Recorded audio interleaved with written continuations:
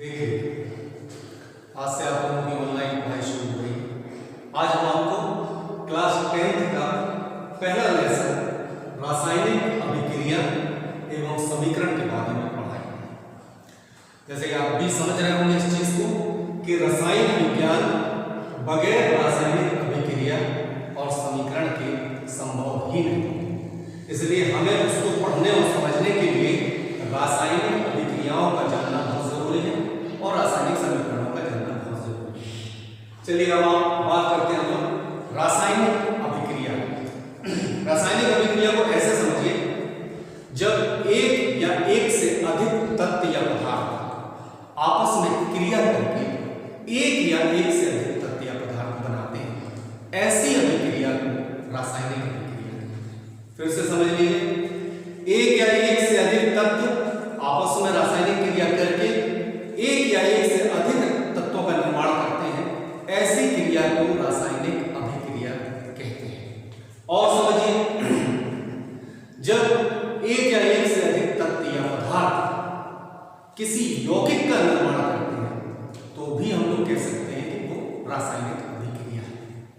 अभी और समझिए, जब एक यौगिक रासायनिक अभिक्रिया करके किसी नए यौगिक का निर्माण करता है तो ये भी रासायनिक अभिक्रिया है। और इसे ऐसे भी समझ लीजिए कि कोई तत्व या पदार्थ परमाणु दृष्टि से टूटकर विघटित होकर पुनर्गठन के द्वारा किसी नए पदार्थ या तत्व का निर्माण करता है तो ये सब रासायनिक अभिक्रियाएं कहलाती हैं। ये जितनी भी परिभाषित हमने करी है ये सारी की सारी रासायनिक अभिक्रिया के लिए कहा गया है। रासायनिक अभिक्रिया में होता क्या है, ये आपने पिछली क्लासों में भी थोड़ा बहुत पढ़ा होगा कि रासायनिक अभिक्रिया में जो तत्व आपस में क्रिया करते हैं वो अभिकारक कहलाते हैं, और रासायनिक अभिक्रिया हो जाने के बाद जो तत्व बनते हैं वो उत्पाद कहलाते हैं। बनने वाले तत्व एक या एक से अधिक भी हो सकते हैं, लेकिन रासायनिक अभिक्रिया को थोड़ा सा और डिटेल समझिए। अगर मान लीजिए एक उदाहरण से हम आपको बताएं, जैसे हाइड्रोजन ऑक्सीजन से रासायनिक अभिक्रिया करता है तो जल का निर्माण होता है। अगर हम सीधे सीधे भाषा के रूप में इसको लिख दें, हाइड्रोजन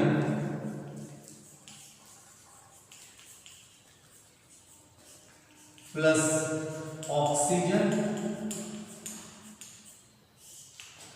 इज इक्वल टू जल, तो ये सीधी सीधी जो भाषा लिखी है ये है रासायनिक अभिक्रिया। इससे आप मोटे मोटे तौर पे समझ रहे हैं कि हाइड्रोजन और ऑक्सीजन के बीच में रासायनिक क्रिया हुई और जल का निर्माण हुआ। लेकिन अगर इसी को हम रासायनिक प्रतीकों के रूप में, इनके अपने चिन्हों के रूप में, रासायनिक विज्ञान के जो प्रतीक होते हैं तत्वों के, उनके रूप में अगर लिखते हैं, जैसे हम लिखते हैं 2H2 plus O2 is equal to 2H2O, तो ये जो बन के सामने सूत्र आया है ये कहलाएगा रासायनिक समीकरण, जो हम सीधा सीधा भाषा में लिख देते हैं रासायनिक अभिक्रिया, लेकिन अगर उसी को हम प्रतीकों के रूप में लिखते हैं तो वो रासायनिक समीकरण है। और रासायनिक समीकरण बनाने के लिए हम लोग को तत्व या पदार्थों के चिन्ह प्रतीक की जानकारी होना चाहिए। तो ये आपका काम है कि आप किताबों में तत्वों की टेबल दी हुई होती है, उनके प्रतीकों की टेबल दी होती है, आप उनको देखें और उनको समझें कि कौन से तत्व को हम किस प्रतीक से जानते हैं। तो ये है रासायनिक अभिक्रिया और रासायनिक समीकरण। अब थोड़ा सा रासायनिक अभिक्रिया के प्रकारों के बारे में बात करें। जैसे रासायनिक अभिक्रिया में प्रकार तो रासायनिक अभिक्रिया के बहुत होते हैं, लेकिन मुख्य रूप से जो प्रकार होते हैं वो हम यहाँ पर लिख रहे हैं। जैसे रासायनिक अभिक्रिया के करने के तरीके की वजह से और जो उत्पाद बनते हैं या अभिकारक किस रूप में रासायनिक क्रिया करते हैं, इन सब आधारों को देखते हुए रासायनिक अभिक्रिया को कई प्रकारों में बांटा गया है। जैसे उसका पहला प्रकार है योगात्मक अभिक्रिया।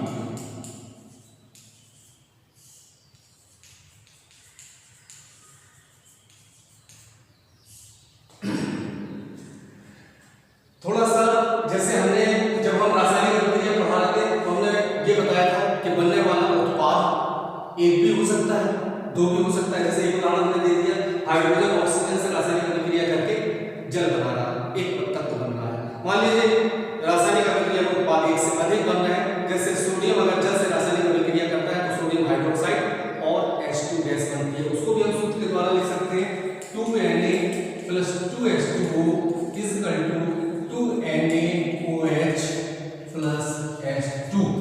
आपने देखा रासायनिक अभिक्रिया के बाद दो तत्व या दो पदार्थ बन रहे हैं। तो रासायनिक अभिक्रिया इसी तरीके से हमने ये अभिक्रिया इसलिए लिखी क्योंकि जो प्रकार इसके हैं वो इसी पर आधारित है कि किस तरीके से तत्व या उत्पाद बनते हैं और किस तरीके से अभिकारक आपस में रासायनिक क्रिया करते हैं। तो पहला प्रकार जो बताया योगात्मक अभिक्रिया, दूसरा प्रकार है विस्थापन अभिक्रिया। ठीक, तीसरा प्रकार है वियोजन अभिक्रिया। चौथा प्रकार है वैद्युत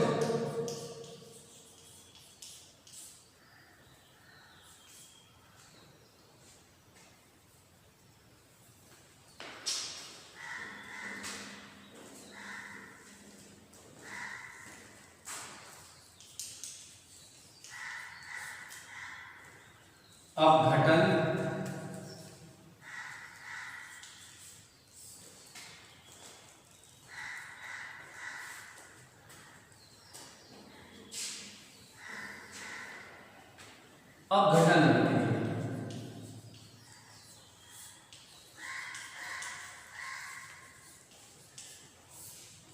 ठीक है, और इसका पांचवा प्रकार है उभय अपघटन।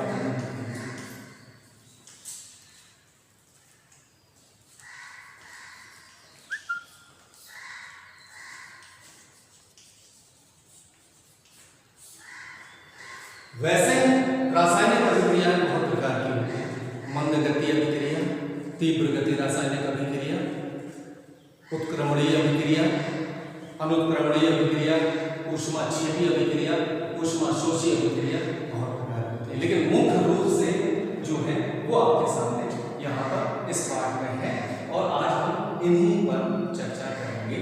पहली योगात्मक अभिक्रिया, दूसरा विस्थापन अभिक्रिया, वियोजन अभिक्रिया, अपघटन अभिक्रिया और उभय अपघटन अभिक्रिया। सबसे पहले योगात्मक अभिक्रिया।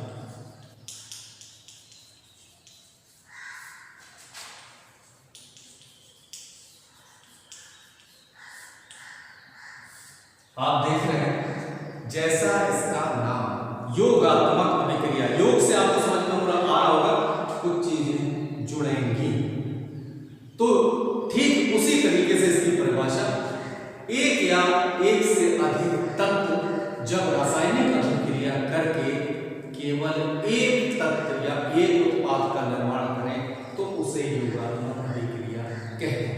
फिर से समझ लीजिए, एक या एक से अधिक तत्व आपस में जुड़ के उनका योग होके या आपस में रासायनिक क्रिया करके अगर किसी एक तत्व का निर्माण करते हैं तो उसे रासायनिक क्या कहते हैं, योगात्मक अभिक्रिया। एक उदाहरण से समझिए, जब अमोनिया हाइड्रोक्लोराइड से रासायनिक अभिक्रिया करता है अमोनियम क्लोराइड बनता है। जैसे अगर उसके सूत्र से लिखेंगे NH3 plus HCl is equal to NH4Cl। Ammonium hydrogen chloride, ammonium chloride. आप यहां देख रहे हैं दो तत्व आपस में रासायनिक क्रिया कर रहे हैं और उत्पाद के तौर पे किसी एक तत्व का निर्माण हो रहा है। अच्छी तरह समझने होंगे, योगात्मक अभिक्रिया यानी दो तत्व जुड़ के किसी एक तत्व का निर्माण करते हैं तो ऐसी रासायनिक अभिक्रिया को क्या कहते हैं, योगात्मक अभिक्रिया। अब बात करते हैं दूसरा पॉइंट, विस्थापन अभिक्रिया।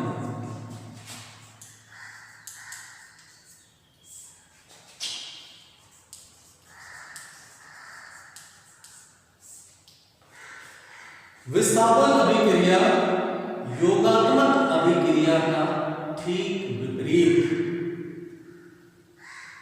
योगात्मक अभिक्रिया में क्या हो रहा था, दो तत्व आपस में रासायनिक क्रिया करके किसी एक तत्व का निर्माण कर रहे थे। योगात्मक अभिक्रिया में कोई तत्व रासायनिक अभिक्रिया के उपरांत उसमें प्रयुक्त होने वाले जो कारक जो रासायनिक अभिक्रिया को प्रेरित करते हैं, चाहे वो ताप हो चाहे दाब हो, उसके कारण टूटकर एक या दो या दो से अधिक पदार्थों में विभक्त हो जाते हैं। लेकिन अगर उसके ताप या दाब में परिवर्तन कर दिया जाए तो वह पुनः अपनी मूल अवस्था में आ जाता है। ऐसे अभिक्रिया को विस्थापन अभिक्रिया कहते हैं। जैसे विस्थापन अभिक्रिया में दो प्रकार की होती है, एक ऊष्मीय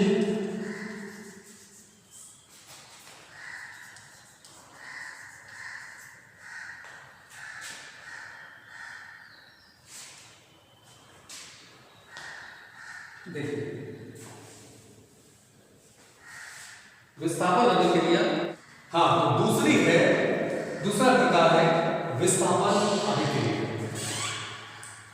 विस्थापन अभिक्रिया में जैसे हम लोगों ने योगात्मक अभिक्रिया पढ़ी, उसका ठीक विपरीत योगात्मक अभिक्रिया में हम लोगों ने क्या पढ़ा था कि दो पदार्थ आपस में रासायनिक क्रिया करके एक पदार्थ का निर्माण करते हैं, और विस्थापन अभिक्रिया में एक पदार्थ टूट के दो पदार्थों का निर्माण करता है। एक या एक से अधिक पदार्थ दो या दो से अधिक पदार्थों का निर्माण करते हैं। हाँ तो दूसरा है विस्थापन अभिक्रिया। विस्थापन अभिक्रिया जैसे हम लोगों ने शुरू में पढ़ा योगात्मक अभिक्रिया।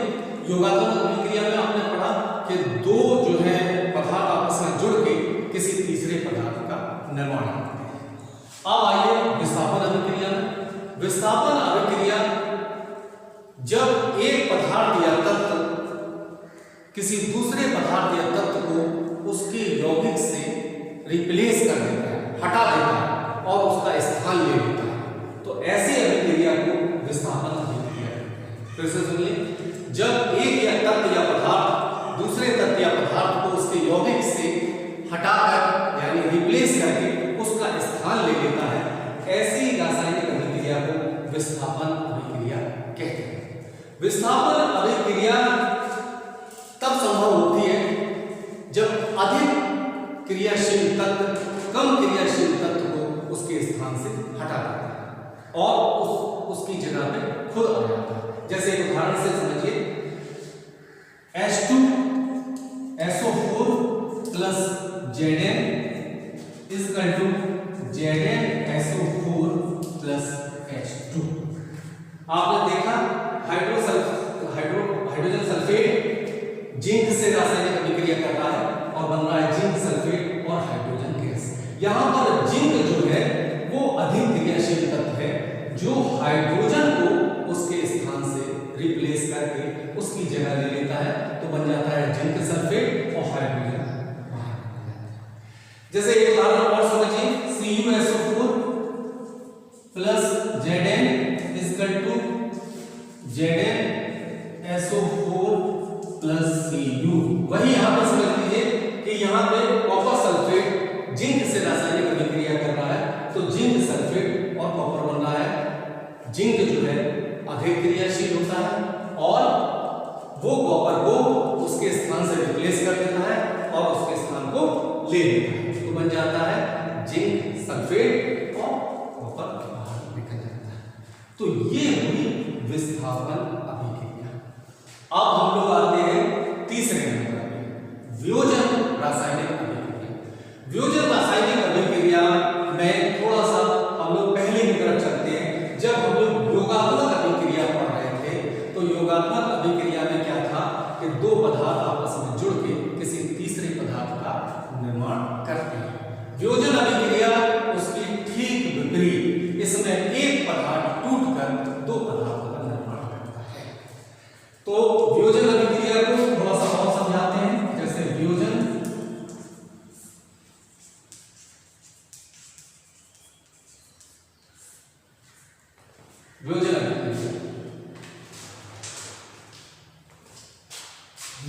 अभिक्रिया में एक तत्व रासायनिक अभिक्रिया के उपरांत रासायनिक अभिक्रिया को प्रेरित करने वाले जो कारक होते हैं, चाहे वो दाब हो चाहे ताप हो, उनके कारण एक, दो या दो से अधिक पदार्थों में टूट जाता है। और अगर हम वो कारक हटा लें तो वापस अपने मूल पदार्थ पर आ जाता है। फिर से समझ लीजिए, एक तत्व रासायनिक अभिक्रिया के उपरांत उसमें जो कारक इस्तेमाल करे जाते हैं, चाहे ताप हो चाहे दाब हो, उनकी वजह से वो दो या दो से अधिक पदार्थों में टूट जाता है।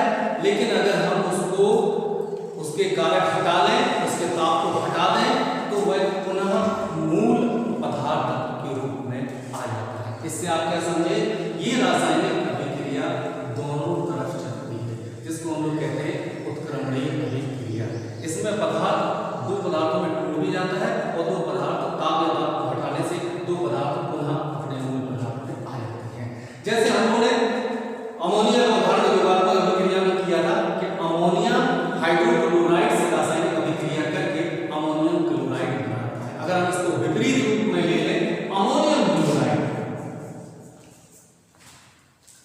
को अगर हम गर्म करते हैं तो यह अमोनिया और अमोनियम क्लोराइड, अमोनिया और हाइड्रोक्लोराइड में टूट जाता है।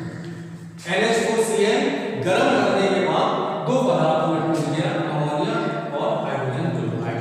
लेकिन अगर हम इसको ठंडा कर दें, यानी इसके ताप में दाब में परिवर्तन कर दें, तो यह पुनः मूल पदार्थ के रूप में आ जाता है। ये दोनों आपस में रासायनिक क्रिया करके यही NH4Cl बनाता है।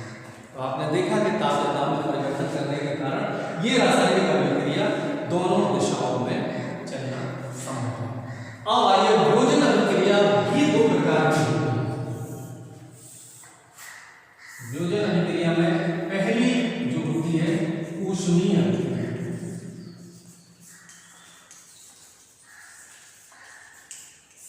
और दूसरी जो होती है वो है आयनिक अभिक्रिया।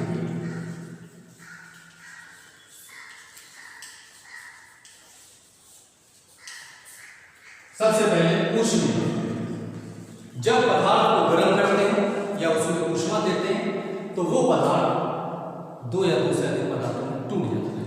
लेकिन जैसे ही हम उसको ठंडा करते हैं तो वो पदार्थ विपरीत दिशा में रासायनिक क्रिया करके अपने मूल पदार्थ को ले लेते हैं। तो इसका एक उदाहरण हमने ये दिया था वियोजन अभिक्रिया में।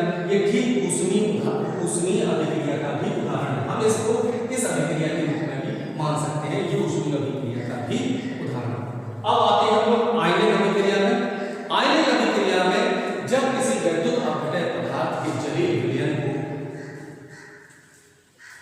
आयनित किया जाता है या उसको गर्म करके गलित किया जाता है, तो वो पूरा पदार्थ आयनित हो जाता है, उसमें आवेश प्रवाहित हो जाता है और वह धनावेशित और ऋणावेशित पदार्थों में टूट जाता है।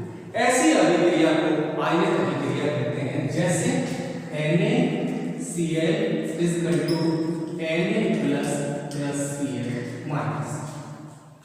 किसी भी वैद्युत अपघटनीय पदार्थ को जब आयनित किया जाता है या उसको गर्म करके गलित किया जाता है तो वह पूरा पदार्थ आयनित हो जाता है और उसमें आवेश आ जाता है, वह धनावेशित और ऋणावेशित पदार्थों में बढ़ जाता है। लेकिन अगर इसका ताप या रासायनिक अभिक्रिया में प्रेरित होने वाले कारक हटा दिए जाए तो यह पुनः अपने मूल पदार्थ के रूप में आ जाता है।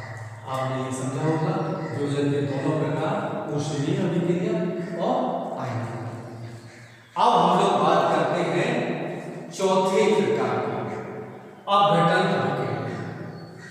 अपघटन अभिक्रिया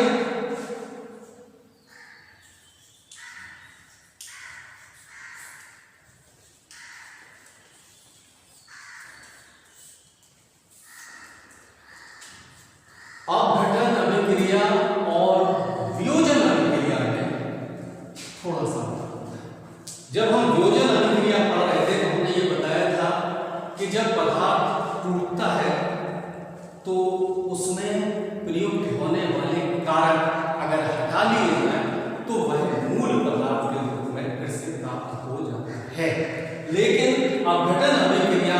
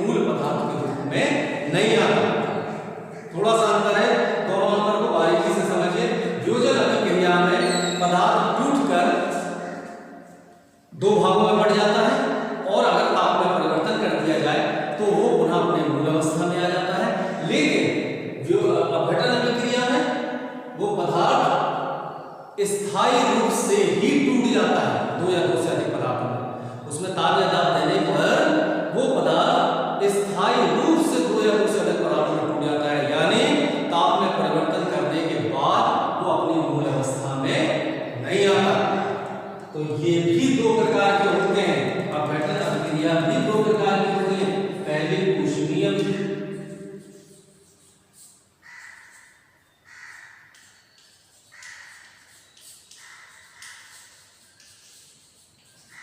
ऊष्मीय अपघटन अभिक्रिया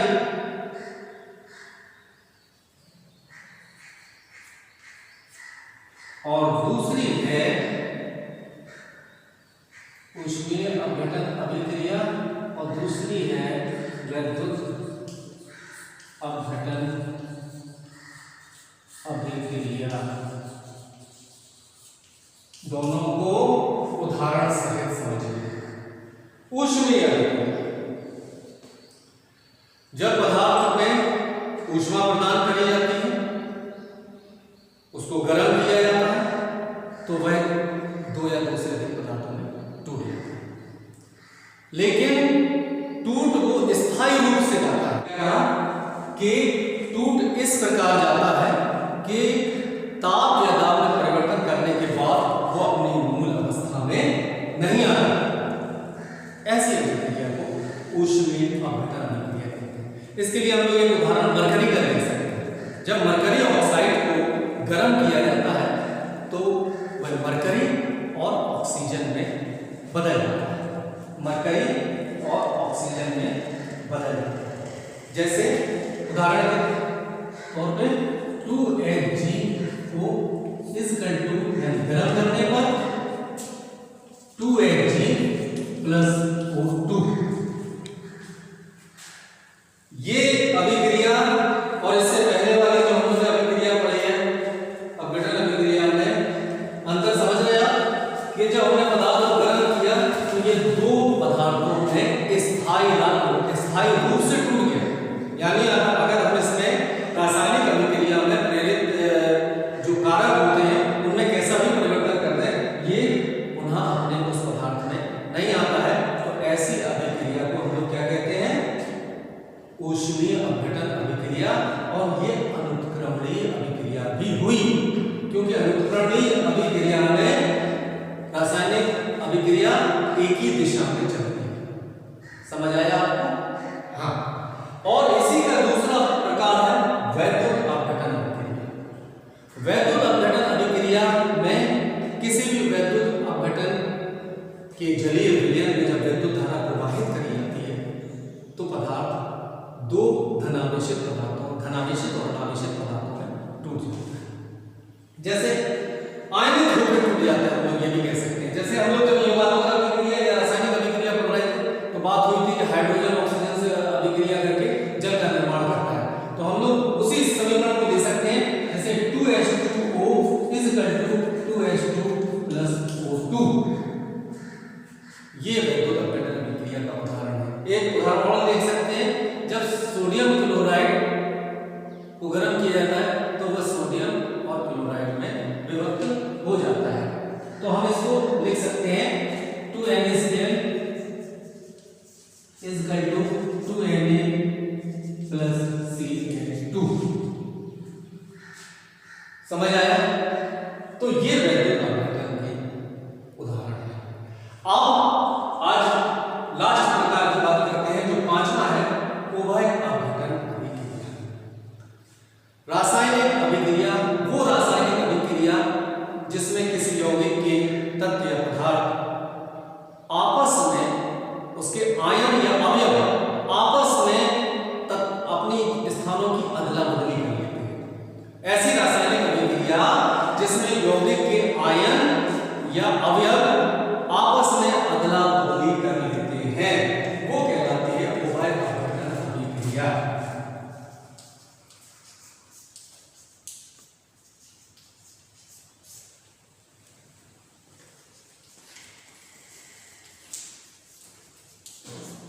उभय एक बार फिर से इस पे बात करेंगे।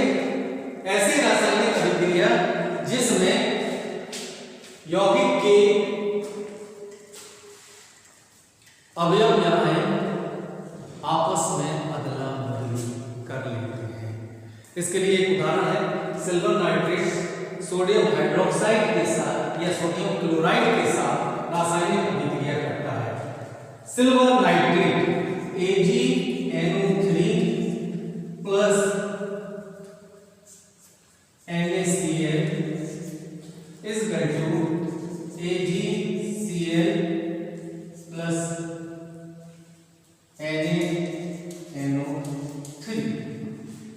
AgCl plus NaNO3। आप समझ रहे हैं? सिल्वर नाइट्रेट सोडियम क्लोराइड के साथ रासायनिक अभिक्रिया कर रहा है, बना रहा है सिल्वर क्लोराइड और सोडियम नाइट्रेट। तो इन्होंने क्या किया, इनके आयन और अवयव जो है आपस में अदला बदली कर लेते हैं। ये है उभय अपघटन अभिक्रिया। तो ये 5 प्रकार आपने देखे रासायनिक अभिक्रिया के। इसके अलावा भी हमने आपको बताया कि बहुत सी अभिक्रियाएं होती हैं, मंदगति अभिक्रिया, बहुत सी रासायनिक क्रिया होती हैं जो बहुत स्लो चलती हैं। लोहे में जंग लगना, ये एक बहुत स्लो रासायनिक अभिक्रिया है। तो मंदगति अभिक्रिया, तीव्र गति अभिक्रिया जो जिसमें तत्व या रासायनिक आपस में मिलते ही रासायनिक क्रिया कर लेते हैं। उत्क्रमणीय अभिक्रिया जो दोनों दिशाओं में चलती है। अनुत्क्रमणीय अभिक्रिया जो एक ही दिशा में रासायनिक अभिक्रिया संपन्न होती है। ऊष्माक्षेपी अभिक्रिया जो रासायनिक अभिक्रिया के उपरांत ऊर्जा निष्कासित करती है यानी निकालती है, ऐसी रासायनिक अभिक्रिया ऊष्माक्षेपी रासायनिक अभिक्रिया। ऊष्माशोषी रासायनिक अभिक्रिया वो अभिक्रियाएं जो रासायनिक अभिक्रिया के उपरांत रासायनिक अभिक्रिया के समय ऊर्जा का शोषण करती है, ऊष्मा का शोषण करती है, शोषित करती है, वो ऊष्माशोषी रासायनिक अभिक्रिया होती है। तो आपको ये रासायनिक अभिक्रिया पाठ समझ आया होगा और ये सब समझने के बाद आपको इसकी प्रैक्टिस करना है रासायनिक अभिक्रिया के बारे में, और इनके छोटे छोटे से आप नोट्स बना सकते हैं। रासायनिक अभिक्रिया क्या कहलाती है, रासायनिक अभिक्रिया के क्या प्रकार होते हैं, सभी प्रकारों के बारे में आपको पढ़ना है, परिभाषित तौर पे भी और उनको रासायनिक समीकरणों के द्वारा। इसके अलावा भी जो रासायनिक अभिक्रियाएं आपको बताई गई हैं, ऊष्माशोषी, ऊष्माक्षेपी, मंदगति, तीव्र गति, उत्क्रमणीय, अनुत्क्रमणीय रासायनिक अभिक्रिया के बारे में भी पढ़ना है। इसके अलावा अब हम जो है आपको अगला लेसन में बाकी चीजें बताएंगे। ये अब काम आपका शुरू होता है। जब हम अगले वीडियो में पढ़ाएंगे तो सबसे पहले आपको उससे पहले वाले वीडियो में आपको होमवर्क देंगे और होमवर्क में आपको पहले ये चीज अच्छी तरह समझ लेना है, तभी आप उस होमवर्क को कर पाएंगे। और होमवर्क अभी मॉडल तौर पे आप सुन सकते हो, क्वेश्चन किस तरीके से बनते हैं, क्वेश्चन किस तरीके से आ सकते हैं। आपसे क्वेश्चन ये भी पूछा जा सकता है कि रासायनिक अभिक्रिया किसे कहते हैं। सबसे पहले आपको जो समझ जितनी परिभाषित आप कर सकते हो उसको वैसे समझाओ। और अच्छा ये होगा कि हर चीज को, क्योंकि हम लोग रसायन विज्ञान पढ़ रहे हैं इसलिए रासायनिक अभिक्रिया पढ़ रहे हैं, तो उसको सूत्र और रासायनिक अभिक्रिया के माध्यम से समझाओ तो ज्यादा अच्छा होता है। क्वेश्चन ये आता है रासायनिक अभिक्रिया क्या होती है, फिर ये भी आ सकता है रासायनिक अभिक्रिया कितने प्रकार की होती है या रासायनिक अभिक्रिया के क्या प्रकार होते हैं।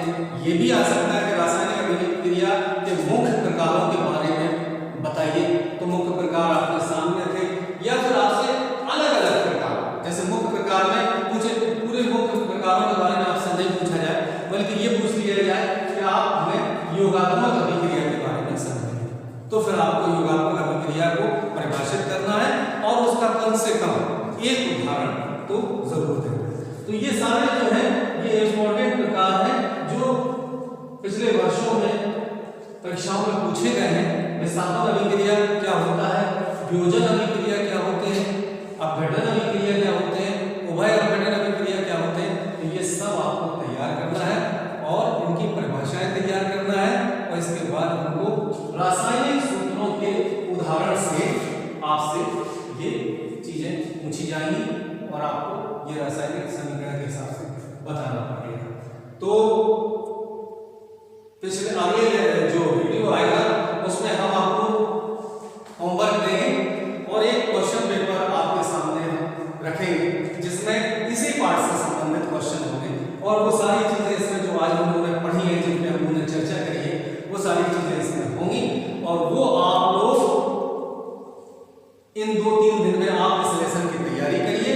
फिर जो क्वेश्चन पेपर हम वीडियो में डालेंगे उसे फिर आप सॉल्व करिए और सॉल्व करने के बाद वो वापस हमें भेजिए और हमें भेजने के बाद हम उसको चेक करेंगे और वापस उसको नेट पे डालेंगे।